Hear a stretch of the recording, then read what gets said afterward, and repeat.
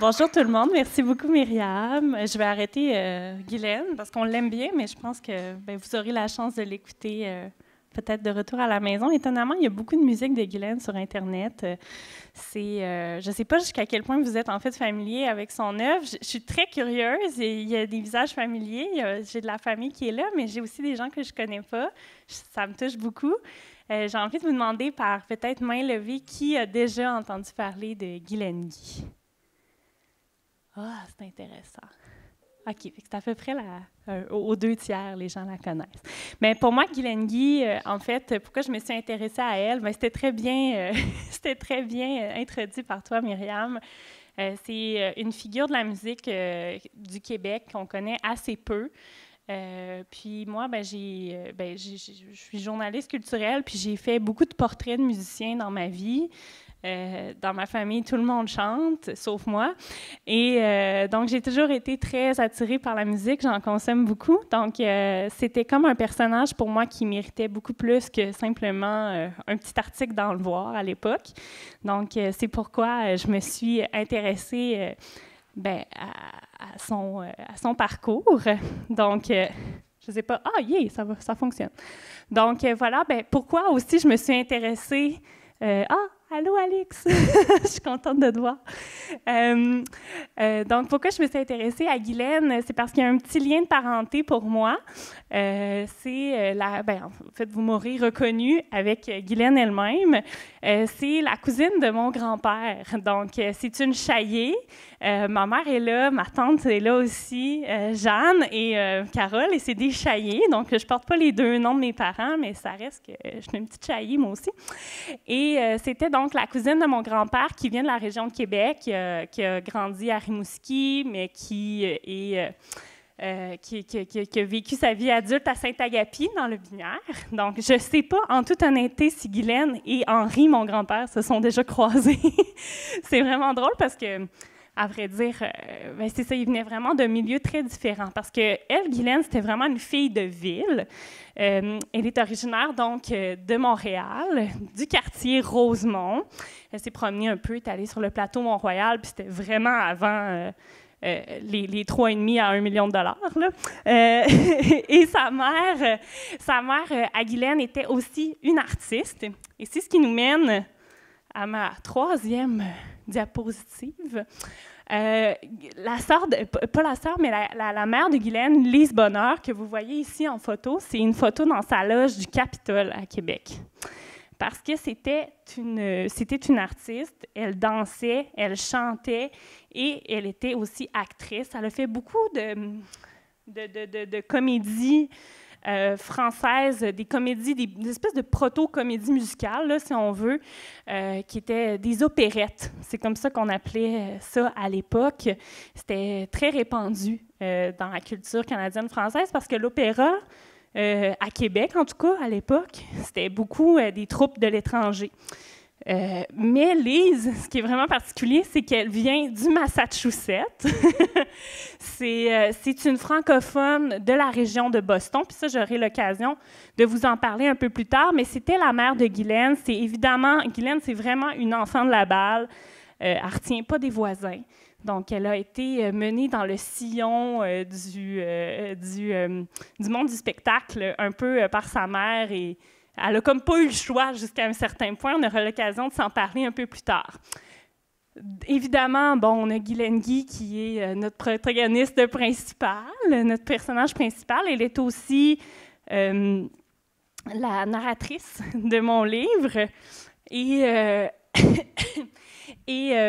puis voilà, c'est ça, c'était la narratrice de mon livre et je l'ai rencontrée à quelques occasions et ça m'a permis de me faire à sa manière de parler parce que le livre que j'ai écrit, c'est un roman puis il est écrit au jeu. Donc, j'ai eu des recherches biographiques quand même soutenues, là, très soutenues. En fait, ça a duré 6 ans, évidemment pas à temps plein, mais des recherches d'archives puis tout ça. Donc, pour essayer de reconstituer sa façon de parler, et il y a même des passages dans le livre où c'est carrément des verbatims d'entrevues qu'elle a pu donner pour la radio française ou la radio québécoise, ou des choses qu'elle m'a dites à moi lors de mes 2 rencontres avec elle, l'une ou l'autre de mes rencontres avec elle en Normandie, où elle vit aujourd'hui. Et finalement, on a Colette Bonheur, qui est la sœur de Guylaine. Là, je suis très curieuse. Est-ce qu'il y a des gens ici qui ont entendu parler de Colette Bonheur à main levée? Ah oui, quand même. Quand même. Je suis curieuse. Et qu'est-ce que vous connaissez de Colette Bonheur? Je ne sais pas, là, c'est peut-être un peu... c'est peut-être un peu gênant pour vous de prendre la parole comme ça, mais en tout cas, je ne veux pas vous acculer au pied du mur. Là, on aura l'occasion de se discuter ça plus tard en question après la conférence. Mais Colette, pour faire une histoire courte, c'était une très grande star au Québec. Elle a été à la barre d'une émission qui s'appelait Porte ouverte à l'époque. C'est les débuts de la télévision de Radio-Canada. C'est les débuts de la télévision au Canada aussi. Ça se passait à Montréal. La première diffusion télévisuelle de l'histoire du Canada. C'est vraiment une pionnière de notre télévision. Elle animait donc cette émission-là, Porte ouverte, avec Gilles Pellerin, entre autres, qui n'est pas à confondre avec le Gilles Pellerin de Québec, qui est un éditeur bien connu de théâtre et de romans. Donc, voilà, c'est ce que ça dit pour nos 3 protagonistes principales. Et j'ai envie qu'on s'intéresse peut-être un peu plus précisément à la mère de Guylaine, que vous voyez ici, une photo de jeunesse. Non, c'est pas vrai, excusez-moi. c'est Eva Tanguay. Excusez-moi, j'ai un petit moment d'absence. Eva Tanguay, qui est originaire de Holyoke, dans le Massachusetts, qui a été vraiment un exemple pour la mère de Colette et de Guylaine, parce qu'à cette époque-là, c'est quelque chose qui est assez méconnu généralement, mais en tout cas, c'est un pan de l'histoire que je ne connaissais pas très bien. Mais il y avait des communautés francophones. Évidemment, je le savais parce que les gens sont partis aux États-Unis chercher du travail. On l'a vu notamment dans l'histoire de Louis Cyr, qui a fait l'objet d'un très bon film avec Antoine Bertrand. Mais je n'étais pas consciente à quel point il y avait une vie culturelle en français qui se passait au Massachusetts, et ça se passait beaucoup à Holyoke. C'était comme le centre névralgique de cette culture francophone-là. On avait des journaux en français, on avait des productions théâtrales en français, on avait évidemment beaucoup de spectacles de variété qui se faisaient à cette époque-là. Et Eva Tanguay, c'est une fille du Québec, c'est une francophone, elle est née en Estrie, mais elle vivait à Holyoke, elle a une dizaine d'années de plus que la mère de Guylaine. Et pour elle, c'était vraiment un modèle là, de réussite. À une certaine époque, on disait que Eva Tanguay était l'artiste de scène la mieux payée au monde, après Harry Houdini. Donc, c'est un peu, tu sais, on pense que Céline Dion, ben, j'adore Céline Dion, mais je veux dire, on pense souvent que Céline Dion a vraiment été une pionnière, une des premières Québécoises à avoir une carrière internationale, mais c'est pas vrai. Il y a eu Eva Tanguay, puis évidemment, vous connaissez Alice Robbie.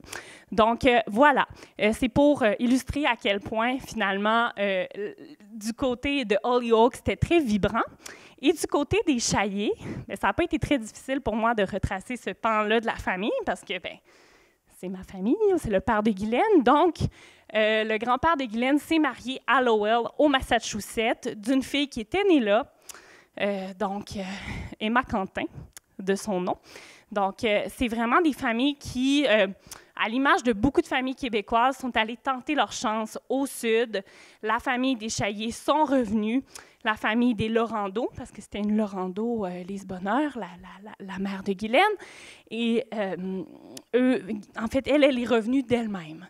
Elle a voulu tenter sa chance à Montréal, un peu comme dans Demain matin, Montréal matin, mais en tout cas bien avant la création de la comédie musicale. Elle a vu une opportunité pour elle de faire son métier en français, d'avoir évidemment plus de possibilités de travail qu'au Massachusetts, même s'il y avait une vie culturelle intéressante à ce niveau-là à l'époque. Donc, ben voilà. Et pour le livre, évidemment, il y a comme bien, c'est un roman. Donc, il y a eu énormément de recherches, mais j'ai inventé certains passages en me basant sur l'histoire de ce lieu-là. Donc, ne sachant pas ce que les Laurendeaux faisaient de leur vie, je me suis imaginé que le père Laurendeau, donc le grand-père de Guylaine, était un journaliste de l'Union Saint-Jean-Baptiste à cette époque-là, dans le Massachusetts, et qui faisait partie du mouvement de ce qu'on appelait les sentinellistes. Les sentinellistes, c'était des gens qui c'est un peu comme l'Union Saint-Jean-Baptiste du Québec, finalement. C'est des gens qui se battaient pour la préservation de leur culture et de leur langue aux États-Unis, en Nouvelle-Angleterre. Donc, je me suis imaginé ça. Ça, évidemment, ça a existé. Est-ce que les Laurendeaux étaient vraiment des communicateurs? Bien, ça, le monde nous le dira. Peut-être que depuis la publication de mon livre, j'ai eu quelques échanges avec des gens, donc peut-être qu'on va enfin pouvoir élucider ce mystère-là. Donc, on poursuit tout de suite. C'est encore Lise Bonheur, et cette fois, c'est pas Eva Tanguay, c'est vraiment Lise Bonheur, parce que c'est vraiment à s'y méprendre. C'était la mode de l'époque, et vous pouvez voir, c'est sur scène, au Massachusetts, la jambe dénudée comme ça en dansant à la manière vraiment d'Isadora Duncan, qui était une danseuse de l'époque. En tout cas, moi, ça me rappelle beaucoup cette esthétique-là. C'est sûr que la mère de Guylaine, elle était très avant-gardiste là, pour avoir une tenue comme celle-là. Même au Québec, je pense qu'à cette époque-là, c'était assez impensable de se vêtir de cette manière-là et de danser comme femme. Il y avait vraiment une grande, grande liberté dans cette famille-là. Donc, ben voilà, donc elle naît en 1895 au Massachusetts.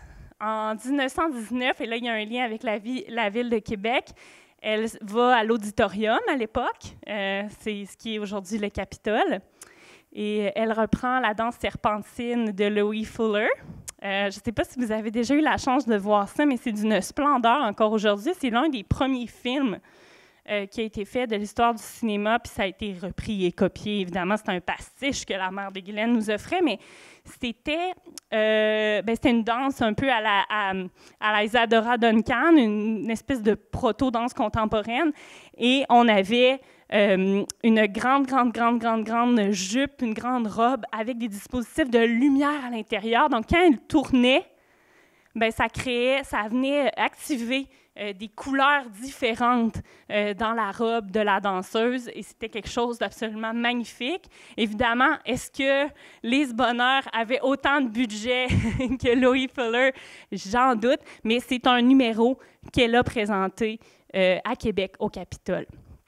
Un an plus tard, et j'ai retrouvé d'ailleurs ça c'est assez drôle, j'ai retrouvé des preuves de la danse serpentine de Lise Bonheur.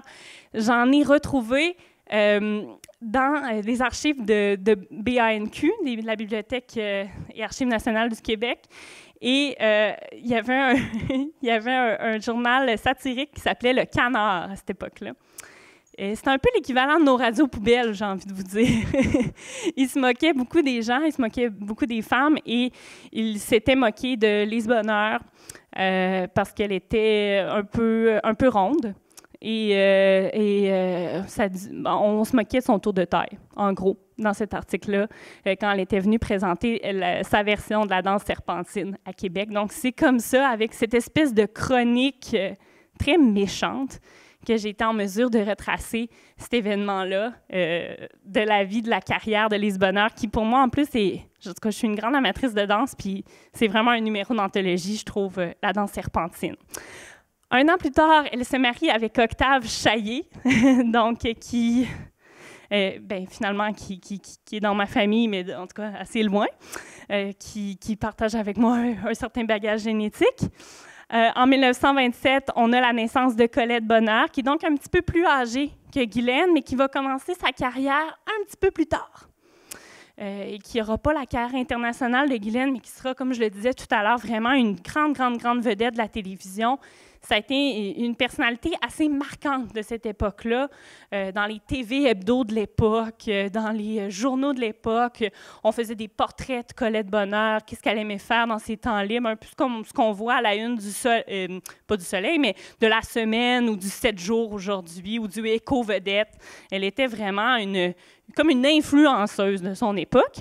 2 ans plus tard, donc, Guylaine naît et finalement, en 1939, la famille vit comme une espèce de petite tragédie familiale parce que jusque-là, la famille d'Octave et de Léontine ou Lise, si on a envie de prendre son nom de scène, c'était des gens qui gagnaient super bien leur vie. Bien, toute proportion gardée, entendons-nous, c'est quand même une époque où les gens allaient dans les bains publics. C'était pas le Montréal d'aujourd'hui. Mais Octave Chaillé, donc, était vendeur chez Palmolive, les savons.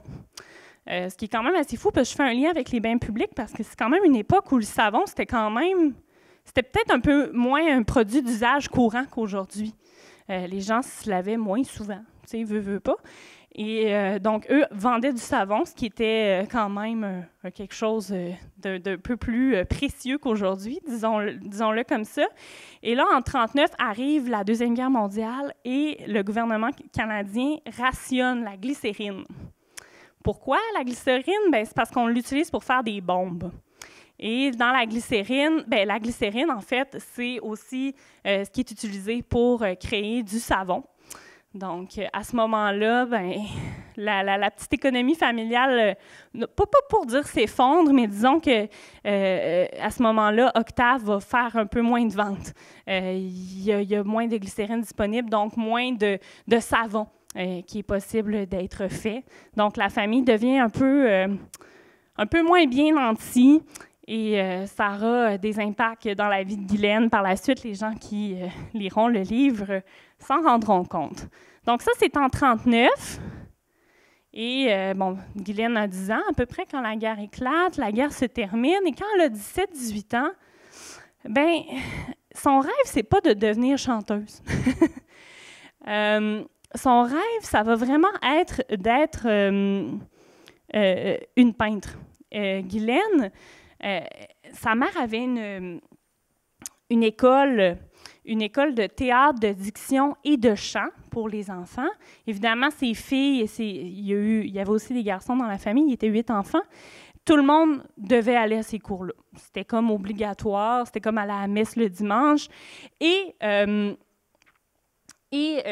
voilà, fait que Guylaine va aller à ces cours-là, mais elle va, dans sa famille, elle a peut-être pas celle qui a le plus grand potentiel vocal, on va dire ça comme ça.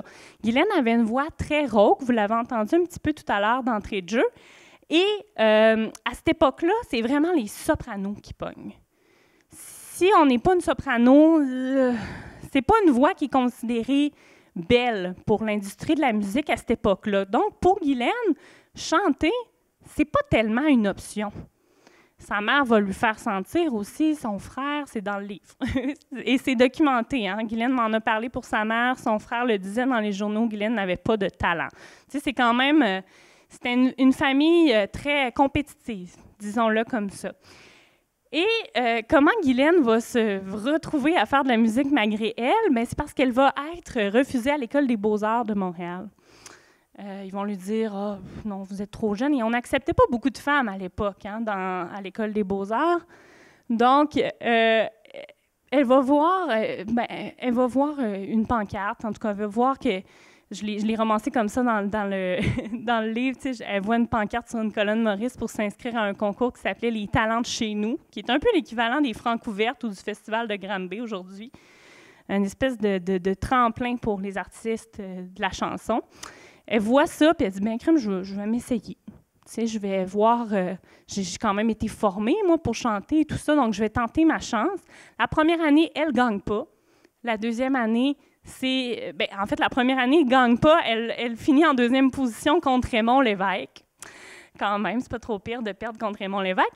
Et la deuxième année, elle se représente et elle gagne. Et là, ça devient vraiment son tremplin. Et suite à ça, elle sera amenée à chanter au Faisan Doré. Puis le Faisan Doré, là, ça n'existe plus des lieux comme ça. C'était vraiment au centre-ville de Montréal. C'était un immense cabaret. on avait des filles qui se promenaient entre les tables, on les appelait les cigarette girls.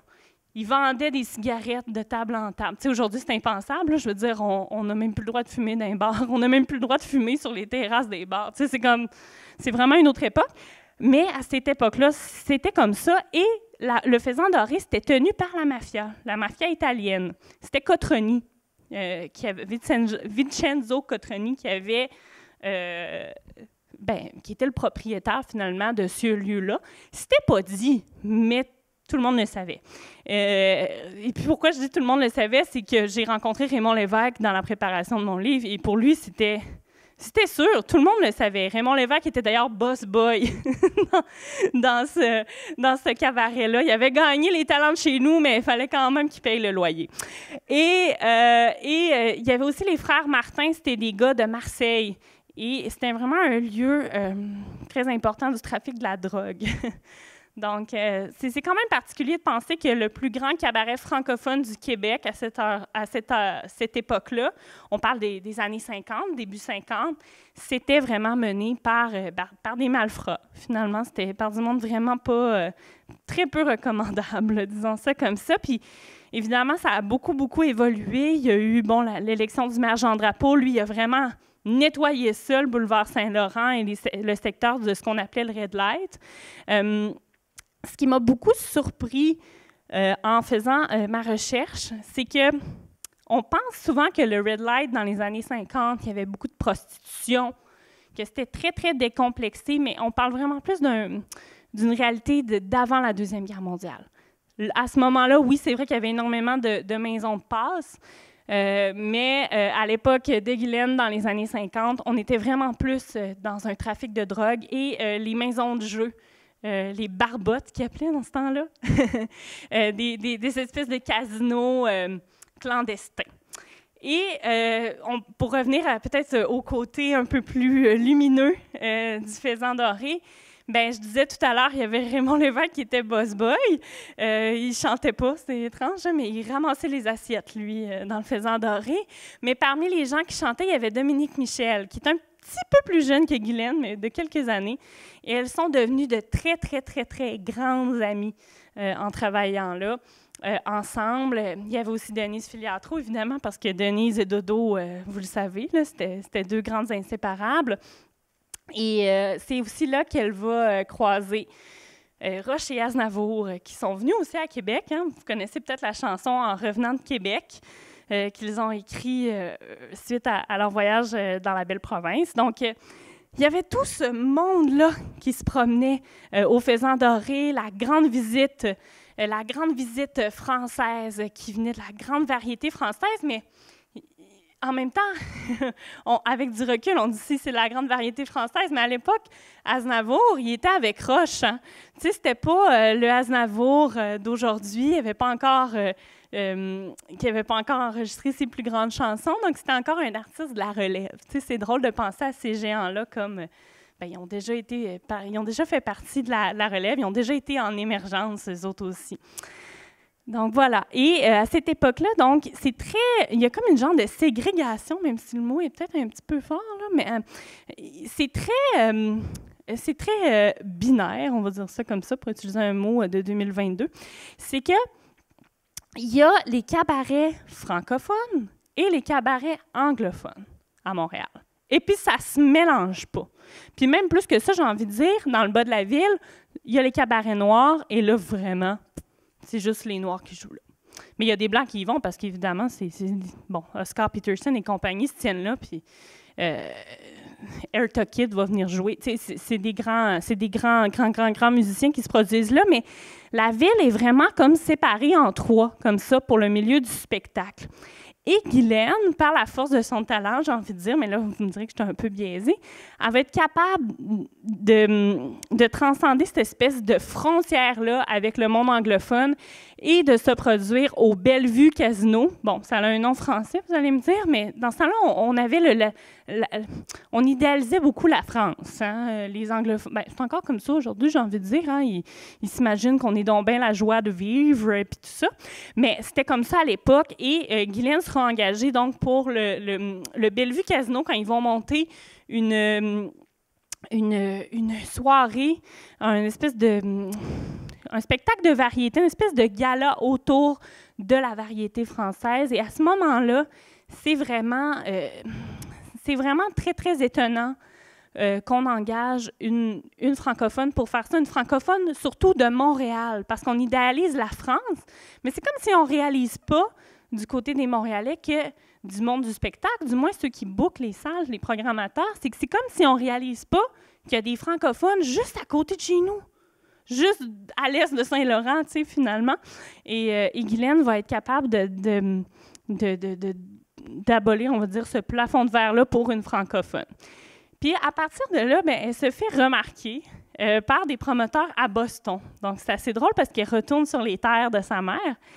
Et elle est engagée par un bar qui s'appelle le Moulin Rouge, qui est vraiment une copie du Moulin Rouge parisien, mais à Boston. Et là, ben, c'est comme un peu l'effet papillon. Elle va rencontrer une fille qui est dans l'assistance, qui la trouve super bonne. Et elle lui dit « Écoute, j'ai vu passer dans le Variety, tu sais, le magazine qui existe toujours, j'ai vu passer un appel de candidature pour, un rôle de remplaçante dans le prochain Cole Porter, pour être la remplaçante de la vedette, si elle est malade, si, je sais pas moi, elle a un empêchement, si elle décide de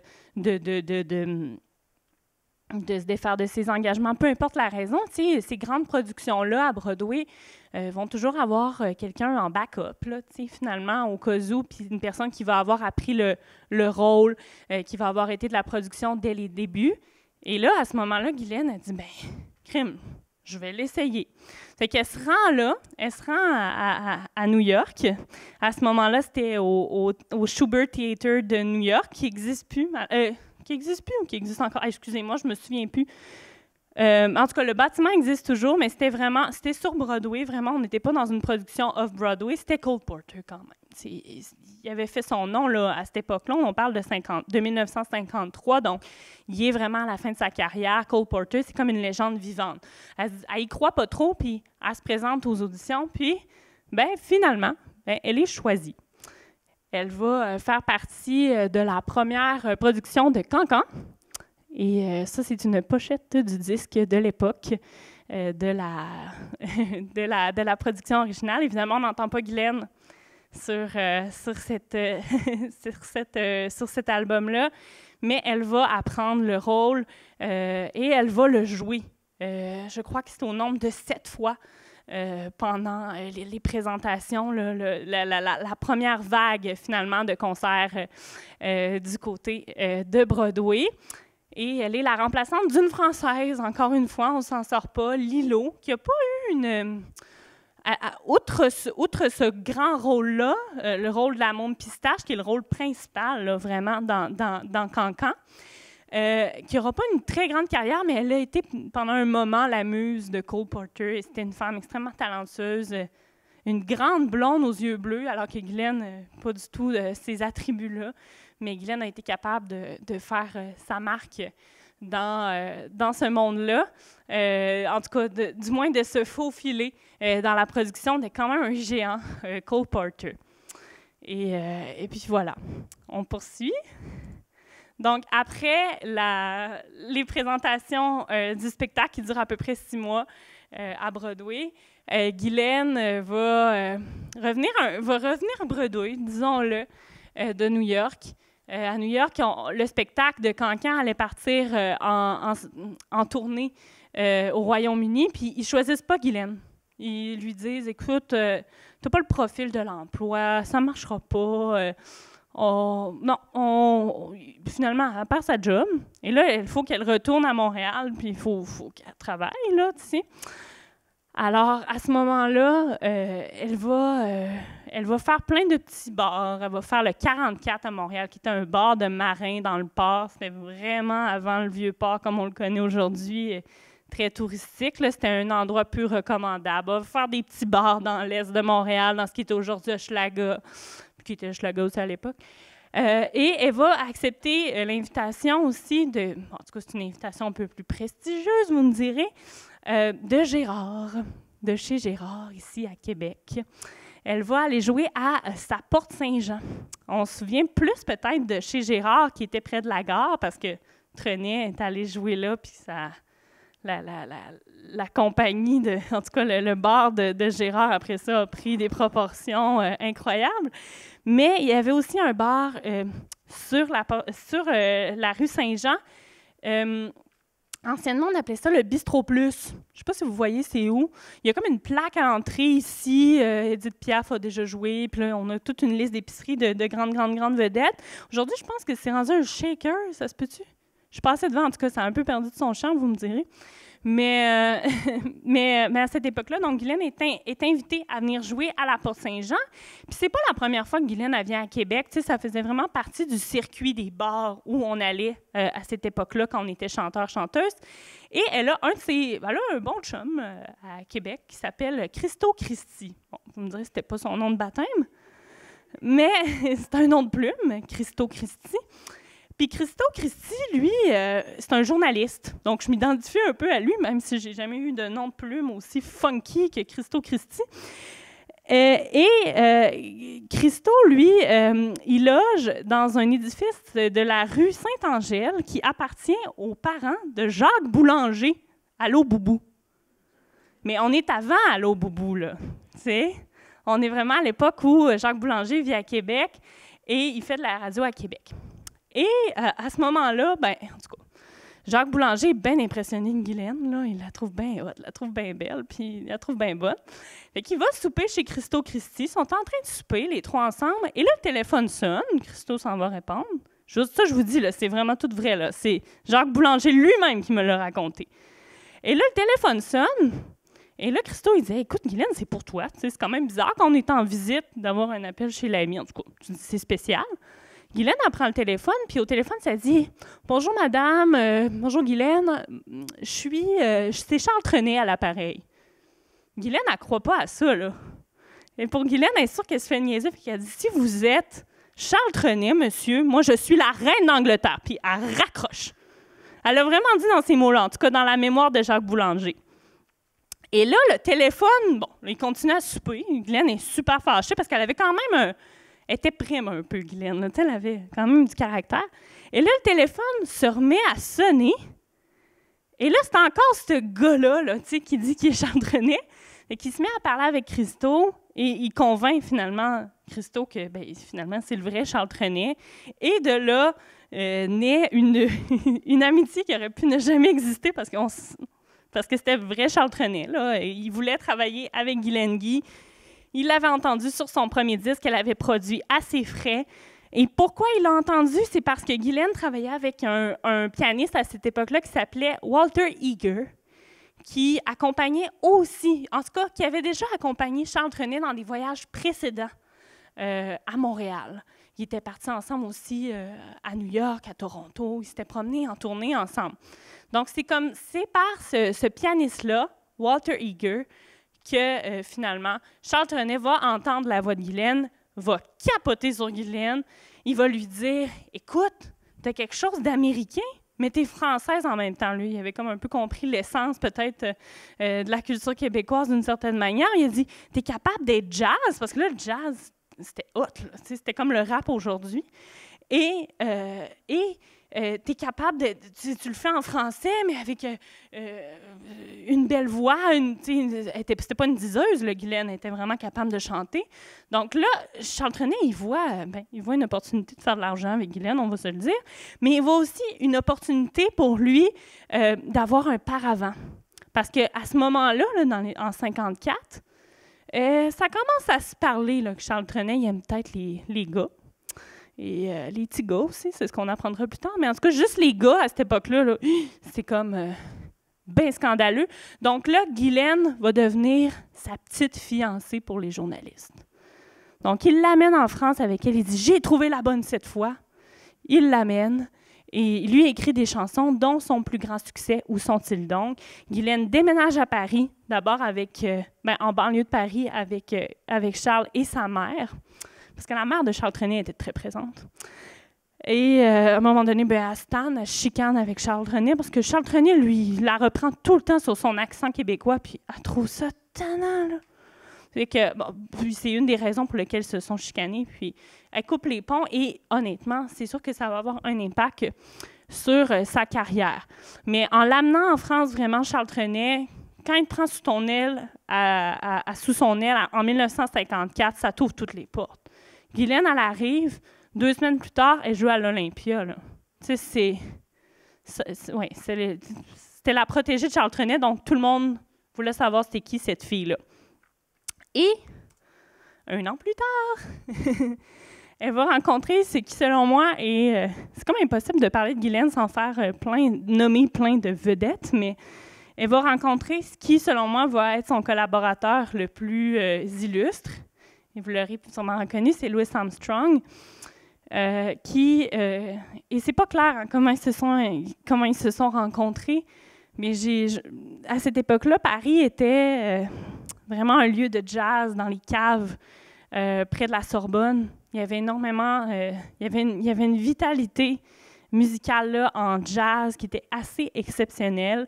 Et je sais que Guylaine a chanté dans les caves, dans certaines de ces caves, donc notamment aux Trois Maillettes, parce qu'il existe des captations de ça qui sont absolument extraordinaires. Elle chante « The Ladies is a Tramp », un standard jazz que notamment Lady Gaga a chanté avec Tony Bennett.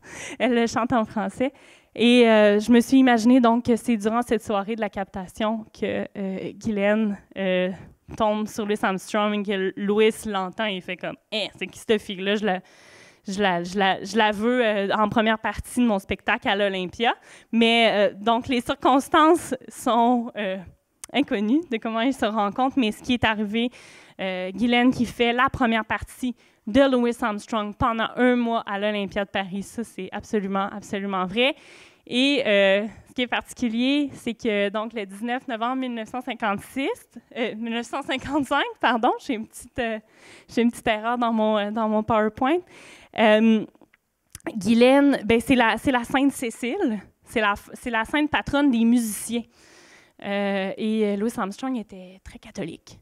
Et il va lui donner, donc c'était sa petite tradition, il va la sacrer princesse du rythme, d'où le titre de mon livre.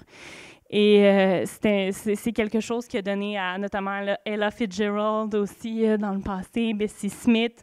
C'est la seule chanteuse blanche, finalement, qui va se voir sacrée princesse du rythme, mais surtout, c'est la seule chanteuse francophone qui va avoir ce titre-là par Louis Armstrong. Et pour vrai, quand j'ai découvert ça, en allant voir Guylaine la première fois, je pensais qu'elle me mentait.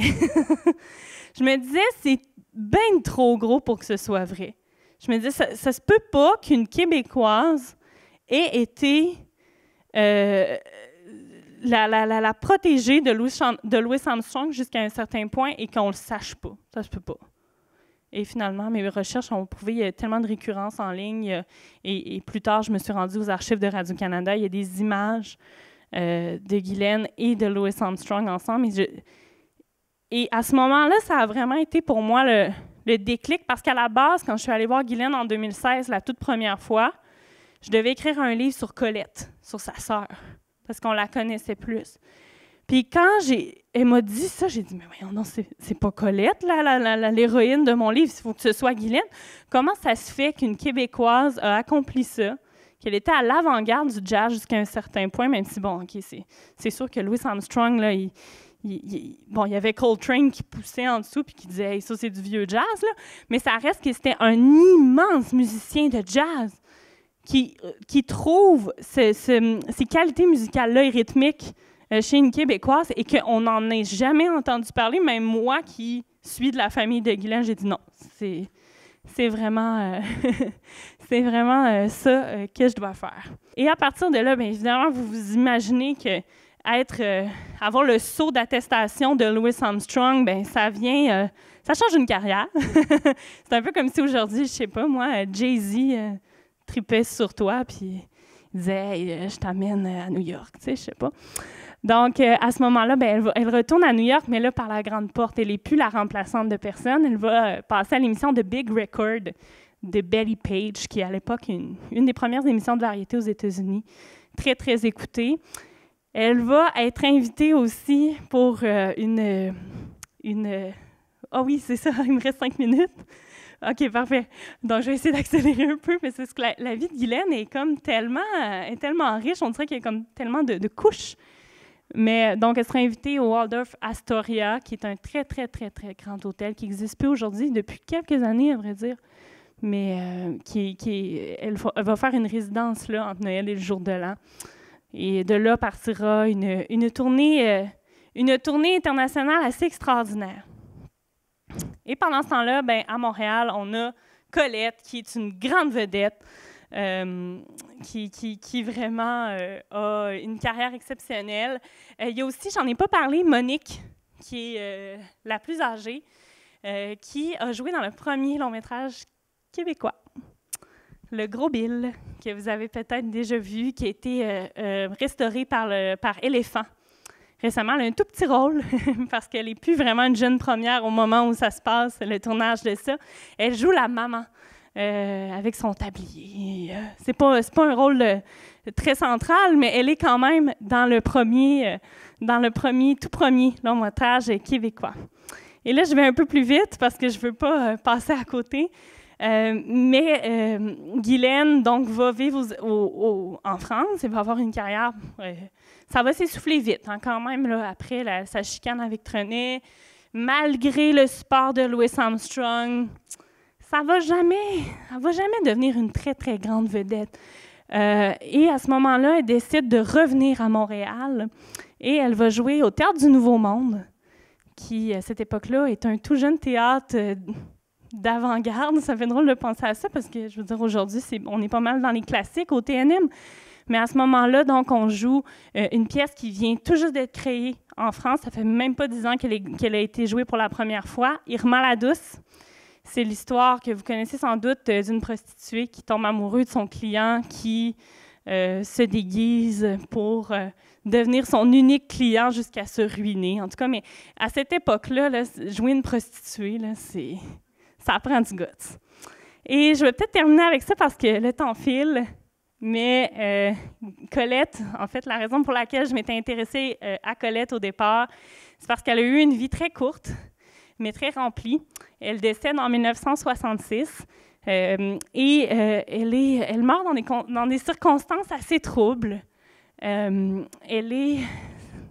C'est pas clair si elle s'est enlevée la vie ou si c'est son mari qui l'a simplement laissé mourir à ce moment-là, parce qu'elle a fait une surdose de barbiturique. Son mari était chiropraticien, qui était à l'époque un métier vraiment nouveau. Là, c'était vraiment une science toute neuve.